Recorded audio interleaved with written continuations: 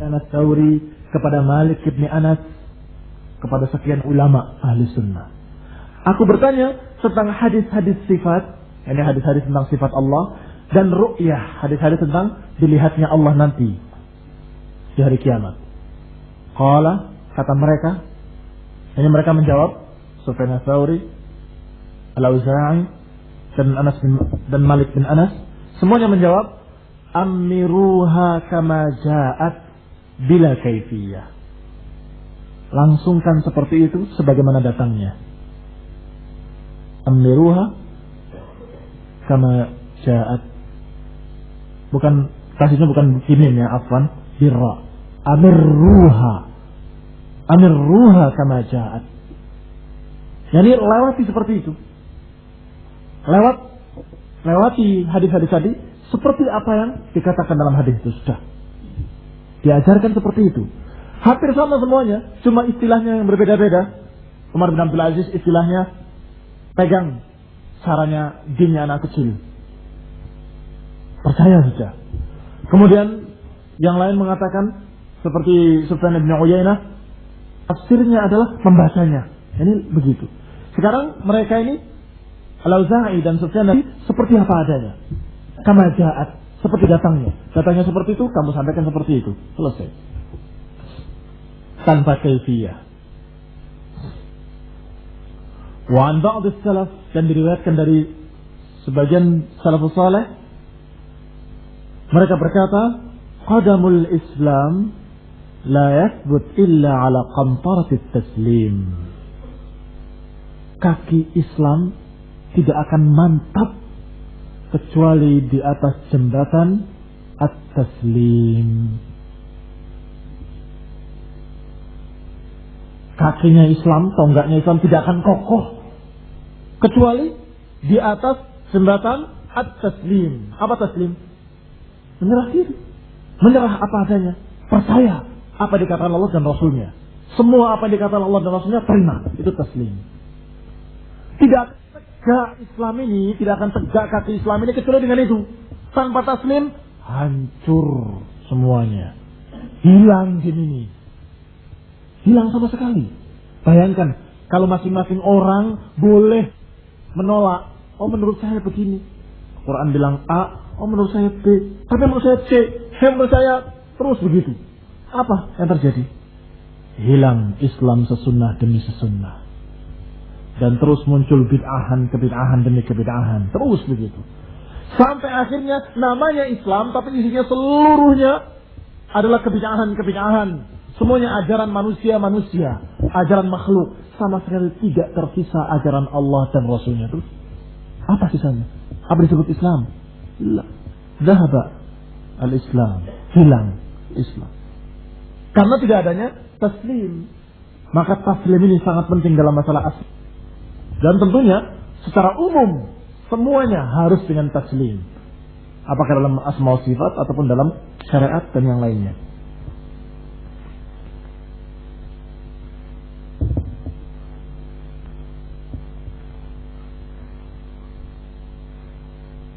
Nah,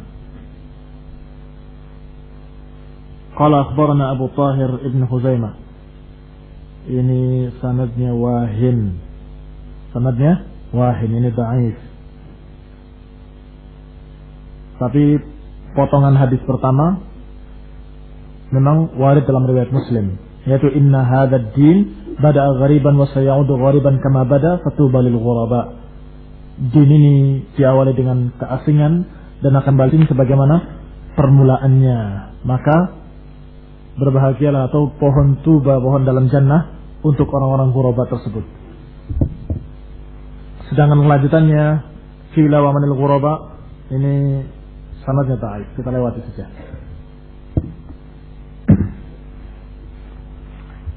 Qala akhbarana Abu Abdullah Al-Hafiz sami'tu Abu Al-Hasan Al-Karizi yaqul sami'tu Ali ibn Abdul Aziz yaqul sami'tu Abu Ubaid Al-Qasim ibn Sallam yaqul. Jadi Abu Osman menyebutkan sanadnya sampai kepada Abu Ubaid Al-Qasim.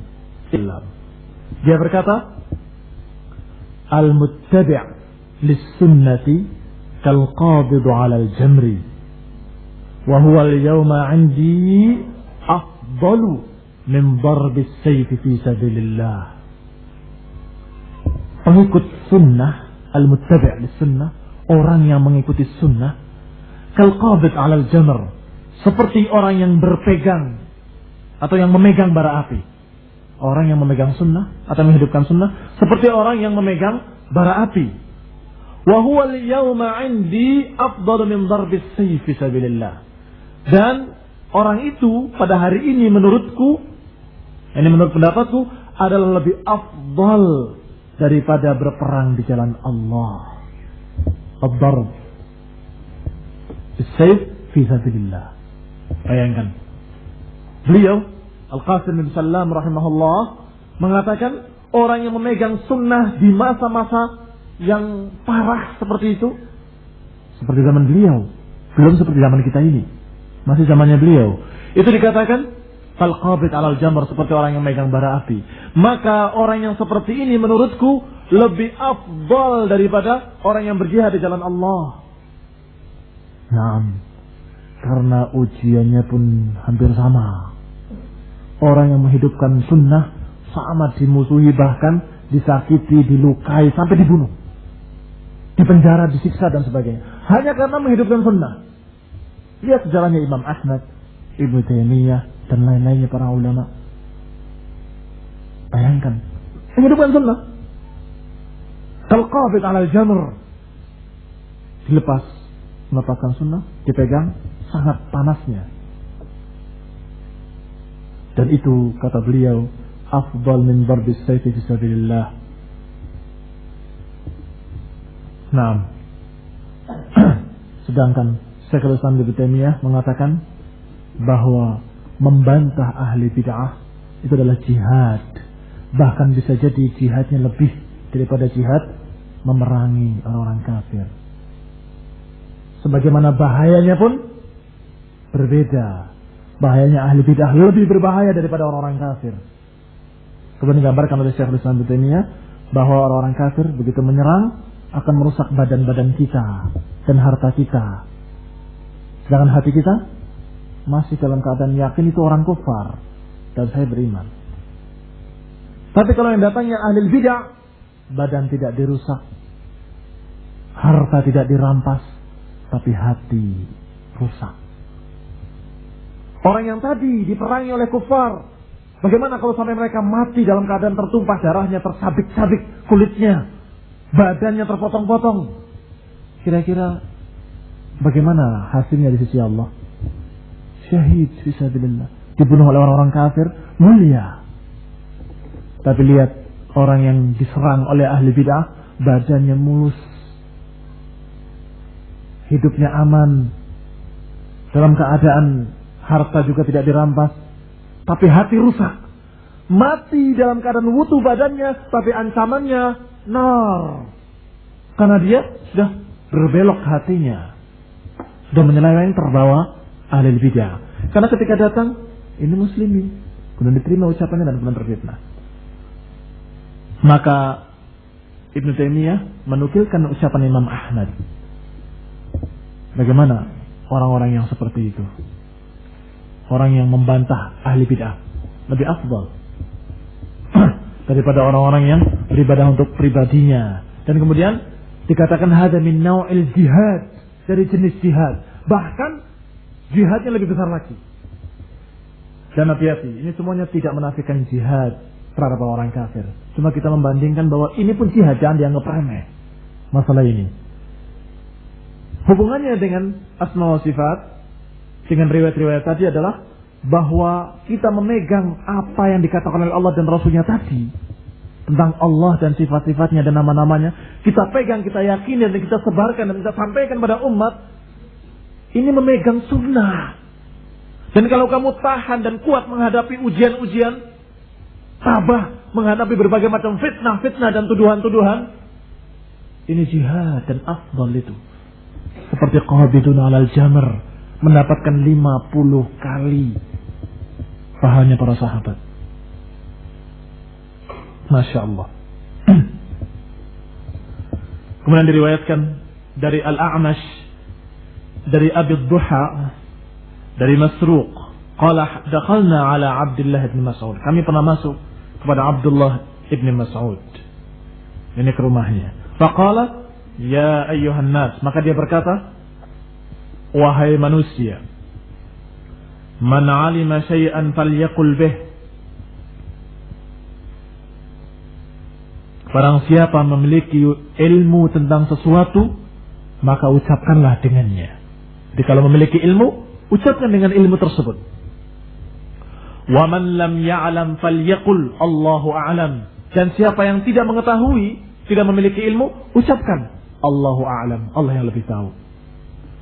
Fa inna minal ilmi an yaqula lima la ya'lam Allahu a'lam. Karena termasuk ilmu mengatakan apa yang dia tidak tahu dengan ucapan Allahu a'lam. Itu termasuk ilmu. Qala azza wa jalla nabiyhi, Allah azza wa jalla mengatakan kepada nabinya, qul ma as'alukum alaihi min ajr wa ma ana minal mutakallifin. Katakan, kata Allah, bahwa aku tidak meminta dari kalian balasan, pahala. Tidak meminta imbalan. Wa ma ana minal mutakallifin, dan aku bukan orang-orang yang memberat-beratkan diri, yang memberat-beratkan diri, memaksa-maksakan diri sesuatu yang dia tidak tahu. Sampaikan. Berarti apa? Rasulullah hanya menyampaikan apa yang beliau diberitahu oleh Allah Subhanahu wa taala. Ana basyarun mislukum yuha ilayya. Aku manusia seperti kalian, cuma diwahyukan kepadaku. Ini menyampaikan apa yang disampaikan oleh Allah, menyampaikan apa yang diwahyukan oleh Allah, bas. Hanya itu. Nah, kalau Rasulullah saja tidak berani menyampaikan kalau belum turun ayat, apalagi kamu, apalagi kita. Ketika mereka bertanya kepada Rasulullah SAW, tanya tentang masalah bagaimana tentang Ashabul Kahfi, bagaimana tentang Dzulqarnain, pemuda yang keliling dunia dan memiliki kisah ajaib katanya, dan bagaimana tentang ruh. Rasulullah mengatakan besok, karena belum turun ayat. Dan ternyata besoknya belum turun ayat. Terus besoknya juga belum, besoknya belum juga. Sampai kaum musyrikin sudah gembira ria, mengatakan ini berarti dusta. Karena mereka dikasih tahu oleh Yahudi, tanyakan 3 perkara ini. Kalau dia menjawab berarti nabi, kalau nggak bisa menjawab berarti bukan nabi. Yahudi tahu bahwa tidak mengetahui tentang ilmu ini, tentang riwayat-riwayat yang lalu, kecuali nabi. Karena dari mana didapatkan berita-berita tersebut kalau bukan dari Allah Subhanahu wa taala? Sedangkan roh tidak mungkin bisa dijawab. Nah, ini jebakan yang ketiga. Tanyakan 3 pertanyaan ini. Kalau dijawab berarti nabi katanya. Yahudi tahu kalau 2 dijawab berarti nabi. Kalau 3 dijawab berarti orang yang mutakallifi, memaksa-maksakan diri. Karena roh tidak mungkin bisa dijawab. Jadi jebakan. Justru kalau dijawab 3-tiganya malah bukan nabi. Rasulullah SAW mengatakan besok dan terus menunggu ayat yang turun. Sampai mereka bergembira. Kalau jawaban dari Rasulullah sendiri, dari pendapat pribadi, kenapa harus ditunda? Kenapa harus ditunda sampai mereka bergembira, sampai musyrikin sampai gembira dan tertawa-tawa dengan terbahak-bahak mereka? Mana? Katanya Nabi, mana? Nggak bisa menjawab. Tetap Rasulullah tidak berani menjawab. Tetap sebelum turun nggak berani menjawab. Sampai turunnya ayat surat Al-Kahfi, baru sampaikan. Bahkan lebih aneh lagi, menurut mereka, di situ Rasulullah menjawab pertanyaan sekaligus teguran. Kisah Ashabul Kahfi, kisah Dzulqarnain sebagai jawaban. Dan sekaligus dalam surat itu pula ada teguran, wala taqulanna li syai'in inni fa'ilun dzalika ghadan.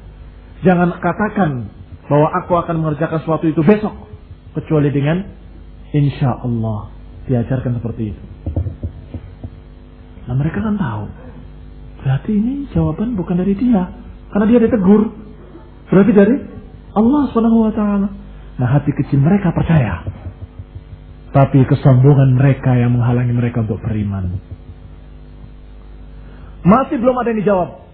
Masih ada yang belum dijawab, yaitu 1 pertanyaan. Ruh. Nggak dijawab. Masih mereka bertanya-tanya. Yahud sudah tahu bahwa ini berarti Nabi. Sudah banyak ciri-cirinya, ditambah lagi dengan ayat yang turun sekaligus teguran kepadanya, dan satu tidak dijawab tentang ruh.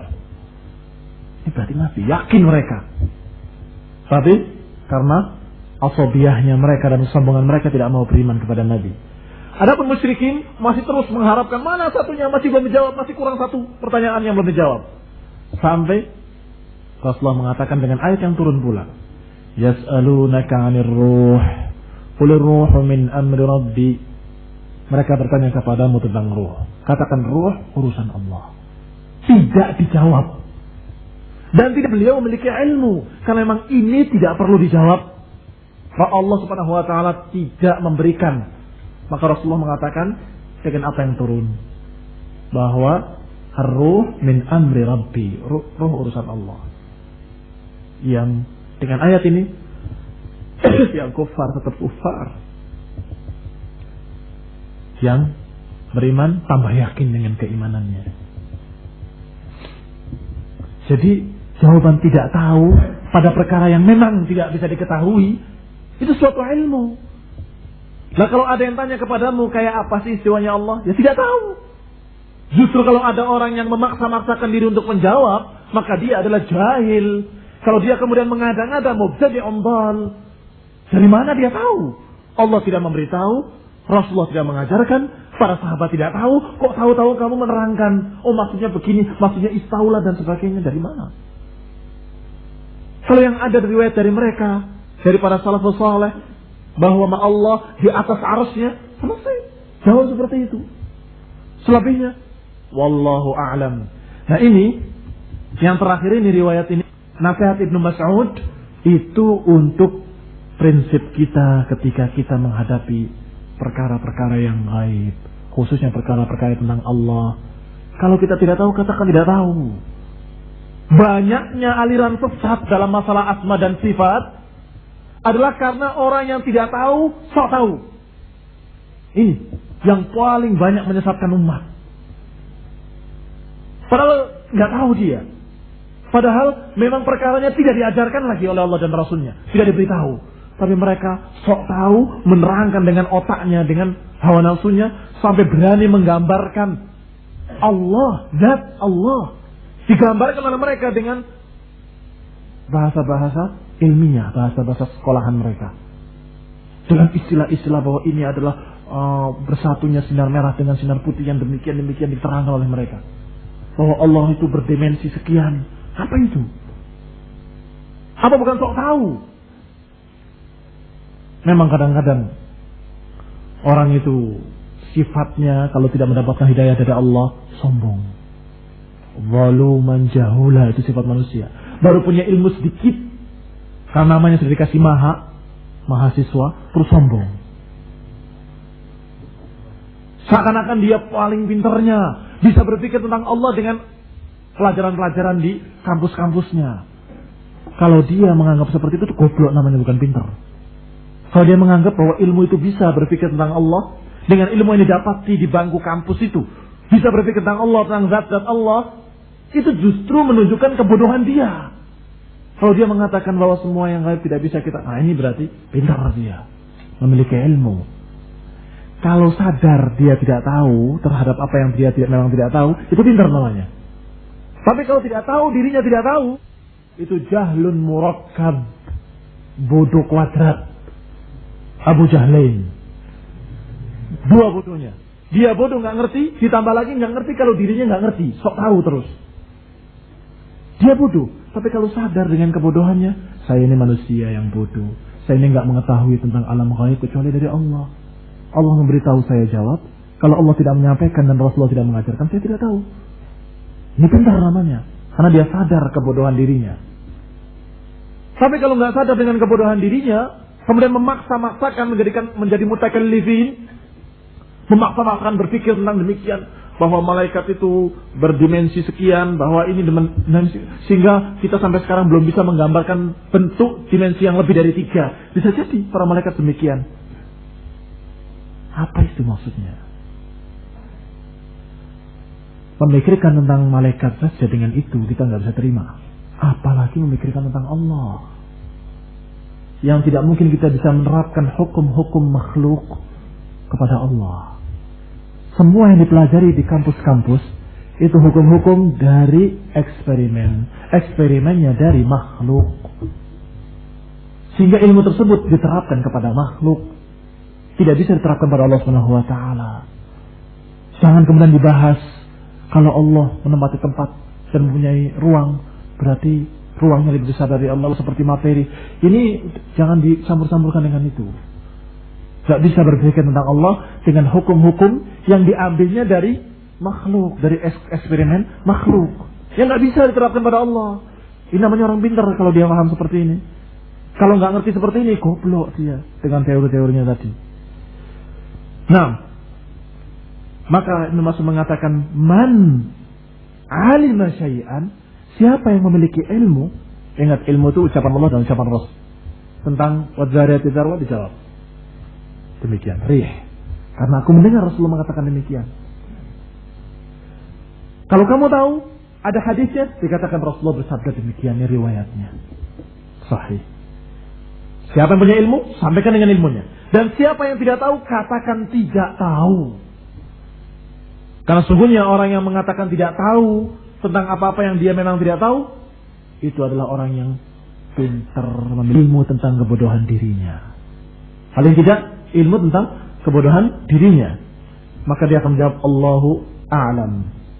Naam ilahuna nastafi subhanakallahumma bihamdik asyhadu an la ilaha illa anta astaghfiruka wa atubu ilaik. Jazakumullahu khairan. Assalamualaikum warahmatullahi wabarakatuh.